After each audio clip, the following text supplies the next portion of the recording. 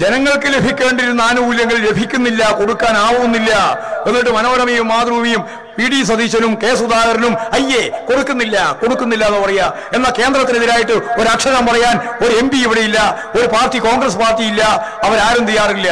ഒരു സംയുക്ത പ്രമേയത്തിൽ ഒപ്പിട്ട് കൊടുക്കാൻ തയ്യാറില്ലാത്ത MP മാരും അതുപോലെ തന്നെ കോൺഗ്രസ് നേതൃത്വവുമാണ് ഈ കേരളത്തിൽ നമ്മുടെ രാജ്യത്തിന്റെ ഭാഗമായിട്ടുള്ളത്. പത്തനംതിട്ടയിൽ മുൻ DCC അധ്യക്ഷനായ ബാബു ജോർജിന് മറ്റു കോൺഗ്രസ് നേതാക്കൾക്കും CPM കൊടുത്ത സ്വീകരണത്തിൽ ഇന്ന് MV ഗോവിന്ദൻ മാഷാണ് പങ്കെടുത്തത്. അദ്ദേഹമാണ് ആ സ്വീകരണ യോഗം ഉദ്ഘാടനം ചെയ്തത്. സ്വീകരണ യോഗം ഉദ്ഘാടനം ചെയ്ത് അദ്ദേഹം പ്രസംഗിച്ച വാക്കുകൾ കേൾക്കേണ്ടതാണ്. സംസ്ഥാനത്തെ മുഖ്യധാര മാധ്യമങ്ങളെയും കേന്ദ്ര സർക്കാരിനെയും പ്രത്യേകിച്ച് നിർമ്മലാ സീതാരാമനെയും VD സതീശനടക്കം എല്ലാവർക്കും ഉള്ളതല്ല ഒന്നാം തരമായിട്ട് കൊടുത്താണ് അദ്ദേഹം പ്രസംഗിച്ചത്. അദ്ദേഹത്തിൻ്റെ വാക്കുകൾ നമുക്കൊന്ന് കേൾക്കാം. പക്ഷേ കേന്ദ്ര ഗവൺമെന്റ് നമ്മുടെ സാമ്പത്തിക ഉപരോധത്തിന്റെ ഭാഗമായിട്ട് നിങ്ങളെ ഒന്നും ചെയ്യാൻ അനുവദിക്കില്ല എന്ന നിലപാടാണ്. കോടതി പോയപ്പോൾ ഇപ്പോൾ ഗവൺമെന്റ് പറയുന്നത് കോടതിയിൽ പോയത് കൊണ്ട് നിങ്ങൾക്ക് ഇനിയൊന്നും തരൂല എന്നാണ്. പണ്ടെല്ലാം നമ്മൾ പറയില്ല, കുട്ടികളിൽ വാശി പിടിക്കുന്ന പോലെ നിങ്ങൾ എന്തിനാ കോടതി പോയത് കൊണ്ട് ഇനിയും തരാൻ പോകുന്നില്ല. അത് ഇന്നലെ ചർച്ച ചെയ്തപ്പോൾ പറഞ്ഞിരിക്കുന്നു എന്നാണ് ബാലഗോപാലിൽ നിന്ന് സെക്രട്ടറി പറഞ്ഞത്. ഒന്നും തരാൻ പോകുന്നില്ല എന്നാണ്. അപ്പോൾ ഇപ്പോൾ കോടതി പറയാൻ പോവാണ്, കോടതി വന്നതിൻ്റെ ഫലമായി ഞങ്ങൾക്ക് കിട്ടുന്നതും ഇല്ലാതാവുന്നു എന്നുള്ള സ്ഥിതിയാണ് കോടതി എന്ന് പറയാൻ പോവുകയാണ്. ഇതാണ് നമ്മുടെ മുമ്പിലുള്ള ഒരു ചിത്രം. 64,000 കോടി ഉറുപ്പികയാണ് ഈ കേരളത്തിന് കിട്ടേണ്ടുന്ന പണം തരാതെ ഒരു കൊല്ലം. 1,07,500 കോടി ഉറുപ്പികയാണ് ഈ കഴിഞ്ഞ 7 വർഷക്കാലത്തിനിടയിൽ നമുക്ക് നഷ്ടമായത്. പിന്നെ എങ്ങനെയാണ് കേരളം രക്ഷപ്പെടുക? കേരളം പോലുള്ള സംസ്ഥാനത്തിന് എങ്ങനെയാണ് മുന്നോട്ടേക്ക് പോകാനാവുക? വീട്ടമ്മമാർക്ക് പെൻഷൻ കൊടുക്കും നമ്മൾ പ്രഖ്യാപിച്ചതാണ്. എങ്ങനെയാ കൊടുക്കുക?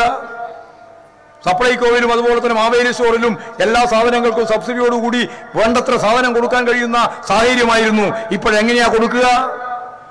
അധ്യാപകർക്കും ജീവനക്കാർക്കും DA ഉൾപ്പെടെയുള്ള ആനുകൂല്യങ്ങൾ കൊടുക്കേണ്ടതായിരുന്നു. എങ്ങനെയാ കൊടുക്കുക? പെൻഷൻ 1,600 രൂപ എന്നുള്ളത് വർദ്ധിപ്പിക്കാനാണ് ഞങ്ങൾ ആഗ്രഹിച്ചത്. 2,500 ആക്കി ഉയർത്തുമെന്ന് പറഞ്ഞാണ്. എങ്ങനെയാ കൊടുക്കുക?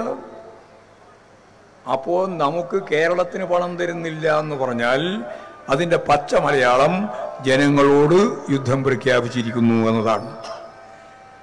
ജനങ്ങൾക്ക് ലഭിക്കേണ്ടിരുന്ന ആനുകൂല്യങ്ങൾ ലഭിക്കുന്നില്ല, കൊടുക്കാനാവുന്നില്ല. എന്നിട്ട് മനോരമയും മാതൃഭൂമിയും PD സതീശനും കെ സുധാകരനും അയ്യേ കൊടുക്കുന്നില്ല എന്ന് പറയാ. എന്നാൽ കേന്ദ്രത്തിനെതിരായിട്ട് ഒരക്ഷരം പറയാൻ ഒരു MP ഇവിടെയില്ല, ഒരു പാർട്ടി കോൺഗ്രസ് പാർട്ടി ഇല്ല, അവരാരും തയ്യാറില്ല. ഒരു സംയുക്ത പ്രമേയത്തിൽ ഒപ്പിട്ട് കൊടുക്കാൻ തയ്യാറില്ലാത്ത MP മാരും അതുപോലെ തന്നെ കോൺഗ്രസ് നേതൃത്വവുമാണ് ഈ കേരളത്തിൽ നമ്മുടെ രാജ്യത്തിന്റെ ഭാഗമായിട്ടുള്ളത്. അവരെന്താ പറയുന്നത്? 1 ഇഞ്ച് കേരളം മുമ്പോട്ടേക്ക് പോകാൻ പാടില്ല, ഒരു വികസന പ്രവർത്തനവും ഈ കേരളത്തിൽ നടക്കാൻ പാടില്ല. വികസന പ്രവർത്തനം നടന്നാൽ അതിന് വോട്ടുണ്ട് എന്ന് അവർക്ക് മനസ്സിലായി. നാഷണൽ ഹൈവേ ഉൾപ്പെടെയുള്ള കാര്യങ്ങൾ വെച്ചുകൊണ്ട്, ഗയൽ പദ്ധതി ഉൾപ്പെടെയുള്ള പദ്ധതി വെച്ചുകൊണ്ട് അവർക്കത് മനസ്സിലായതാണ്. കഴിഞ്ഞ തെരഞ്ഞെടുപ്പിൽ അവർ വിചാരിച്ചത് ഇപ്രാവശ്യം എന്തായാലും പിണറായി വിജയന്റെ ഗവൺമെന്റ് താഴെ പോവും, അപ്പോൾ ഞങ്ങൾ ഗവൺമെന്റ് രൂപീകരിച്ച് മുമ്പോട്ടേക്ക് വരും.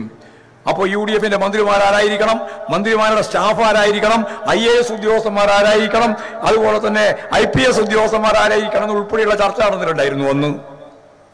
പക്ഷെ തോറ്റുപോയി. ജനങ്ങളാണ് തീരുമാനിച്ചത്. ജനങ്ങൾ ഒറ്റക്കെട്ടായിട്ട് തീരുമാനിച്ചു. എന്തെല്ലാം ഏജൻസികൾ വന്നാലും എന്തെല്ലാം കളവ് പറഞ്ഞാലും കേരളത്തിലെ ഇടതുപക്ഷ ജനാധിപത്യ മുന്നണി ഇന്നത്തെ പരിസ്ഥിതിയിൽ ജനങ്ങളെ ചേർത്ത് നിർത്തി മുമ്പോട്ടേക്ക് പോയ ഈ ഗവൺമെന്റ്, പിണറായി വിജയൻ ഗവൺമെന്റ് തുടരേണ്ടതുണ്ട് എന്ന് തീരുമാനിച്ചത് പത്രങ്ങളല്ല, തീരുമാനിച്ചത് കേന്ദ്ര ഏജൻസിയല്ല, ഈ കേരളത്തിലെ ജനങ്ങളാണ്. അതാണ് അവസാന വാക്ക്. അവരാണ് തീരുമാനിച്ചത്. ആ തീരുമാനത്തിന്റെ ഭാഗമായിട്ടാണ് ഈ ഗവൺമെന്റ് വന്നത്. അന്ന് മുതൽ തുടങ്ങി ബൂർഷ്വാ മാധ്യമങ്ങളും അതുപോലെ തന്നെ ബൂർഷ്വാ പാർട്ടികളും ഇനി 1 ഇഞ്ച് മുന്നോട്ടേക്ക് പോകാൻ അനുവദിക്കാൻ പാടില്ല, ഒരു വികസനവും പ്രവർത്തനവും നടത്താൻ പാടില്ല. ഒരു കാര്യം ഞാൻ പറയാ, ലോകത്ത് പാർലമെന്ററി ജനാധിപത്യ സംവിധാനത്തിന്റെ ഭാഗമായിട്ട് പ്രവർത്തിക്കുന്ന ജനാധിപത്യ സമൂഹത്തിൽ ഒരു പ്രതിപക്ഷ പാർട്ടിയും ഒരു പ്രതിപക്ഷ നേതാവും ആ നാട്ടിൽ ഒരു വികസന പ്രവർത്തനവും നടത്താൻ ഞാൻ അനുവദിക്കില്ല എന്ന് പറഞ്ഞ പാരമ്പര്യം ഈ ഭൂമുഖത്തില്ല, VD സതീശനല്ലാതെ. ഇതൊരു അത്ഭുതകരമായ സംഭവമാണ്. പരസ്യമായിട്ട് പറയുക, ഒരു വികസനവും നടത്താൻ ഞങ്ങൾ അനുവദിക്കില്ല. അത് KRA ആയാലും തിരക്കേടില്ല, K4 ആയാലും തിരക്കേടില്ല, K-സ്മാർട്ട് ആയാലും തിരക്കേടില്ല. എന്തെന്ത് പദ്ധതി വന്നാലും ഏത് വ്യവസായത്തിന്റെ ഭാഗമായിട്ട് വന്നാലും ഇവിടെ ഈ കേരളത്തിലെ ഇടതുപക്ഷ ജനാധിപത്യ മുന്നണിക്കെതിരായി ഗവൺമെന്റിനെതിരായി അപവാദ പ്രചരണങ്ങൾ മുഴുവൻ നടത്തിക്കൊണ്ടിരിക്കുന്ന, കള്ള പ്രചാരവേല നടത്തിക്കൊണ്ടിരിക്കുന്ന ബൂർഷ്വാ പത്രങ്ങൾ, മാധ്യമങ്ങൾ, അതുപോലെ തന്നെ അതിന്റെ പിന്നിൽ പ്രവർത്തിച്ചുകൊണ്ടിരിക്കുന്ന, അതിന്റെ പിന്തുണയോടുകൂടി പ്രവർത്തിച്ചുകൊണ്ടിരിക്കുന്ന ബൂർഷ്വാ പാർട്ടികൾ എന്തൊക്കെയാണ് ഇനി പറയാൻ പോകുന്നത് എന്നൊന്നും പറയാൻ കഴിയില്ല. എന്തും പറയും. എന്തും പറയാൻ മടിയില്ലാത്ത ആളുകളാണ് ഈ കൂട്ടർ. അപ്പൊ പത്രത്തിൽ വന്നില്ലേ, ടി വിയിൽ കണ്ടില്ലേ എന്നാണ് പലരും പറഞ്ഞത്. ടി വിയിൽ വരുന്നതും പത്രത്തിൽ വരുന്നതും ശുദ്ധ അസംബന്ധമാണ്, കളവാണ് എന്ന് കൃത്യമായ അനുഭവത്തിന്റെ വെളിച്ചത്തിൽ നമുക്ക് മനസ്സിലാക്കാൻ സാധിക്കണം. അതുകൊണ്ട് കണ്ണടച്ച് വിശ്വസിക്കാൻ പാടില്ല. നമ്മുടെ അനുഭവത്തിന്റെ വെളിച്ചത്തിൽ മനസ്സിലാക്കാനും വരികൾക്കിടയിൽ വായിക്കാനറിയണം, കാണുന്നതിന്റെ അപ്പുറം കാണാനാവണം. അപ്പോഴാണ് നമുക്ക് സത്യസന്ധമായിട്ട് കാര്യങ്ങൾ ഉൾക്കൊള്ളാനാവുക. ഇതെല്ലാം നടത്താൻ സാധിക്കുന്ന രീതിയിൽ കേരളത്തെ പര്യാപ്തമാക്കുന്നതിന് തീർച്ചയായിട്ടും നമുക്ക് ബാധ്യതയുണ്ട്, ചുമതലയുണ്ട്.